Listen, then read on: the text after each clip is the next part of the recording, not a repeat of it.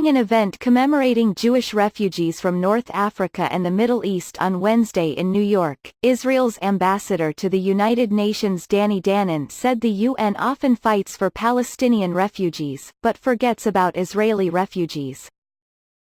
Speaking at the event held at the UN headquarters in New York City, Danon said, although the Jewish refugees did not forget their heritage and how they were forced out of their homes, unfortunately, the international community did. Every time the UN talks about the refugees of Israel's War of Independence, they speak only of the Palestinian refugees. The fact is there were two populations of refugees, and we must not allow that fact to be forgotten. Not only because we must honor those who lived through it, but because we must learn from it, he added. Wednesday's event, which was attended by ambassadors from around the world, UN officials and members of the community, was held one day after the annual UN General Assembly plenary session that commemorates the passage of the UN Partition Plan for Palestine, Resolution 181, on November 29, 1947. The Partition Plan for Palestine recommended a partition of Palestine at the end of the British Mandate, essentially establishing two states. The Jewish side accepted the UN plan for the establishment of two states, according to the Israel Ministry of Foreign Affairs, which said Arabs rejected it and launched a war of annihilation against the Jewish state. The UN General Assembly plenary session that commemorates the passage of the UN Partition Plan for Palestine featured resolutions that highlight the Palestinian refugees, but ignored the Jewish refugees, according to an Israel mission to the UN news release.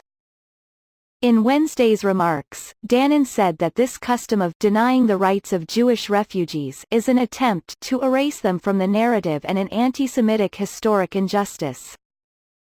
In an attempt to correct this, the ambassador said he is going to propose a resolution that will reaffirm the Jewish refugees' place in history and assure that their rights are recognized. I can see no legitimate reason for any member state to oppose the resolution. Danon said. The choice to commemorate the National Day of Remembering Jewish Refugees Forced Out of Arab Countries and Iran in the 20th century on the 30th of November is no coincidence, he said. It is the day after the important resolution of November 29 where this institution recognized the importance of forming a Jewish state in Israel. Danon said hostilities against the Jewish people followed the passage of Resolution 181 and the Jewish refugee crisis began.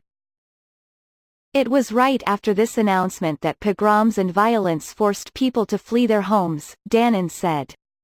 The hate, the anti-Semitism expressed by countries had nothing to do with borders.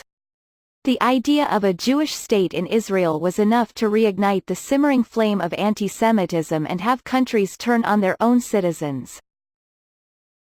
Danon said that in 1948, there were around 1 million Jews living in Arab countries and Iran and said that currently, there are only a few tens of thousands left. Ilan Carr, the State Department's special envoy for monitoring and combating anti-Semitism, also spoke at Wednesday's event. He said that, in order to fight anti-Semitism, whether it be in Europe or anywhere else, it has to be acknowledged that anti-Zionism is anti-Semitism.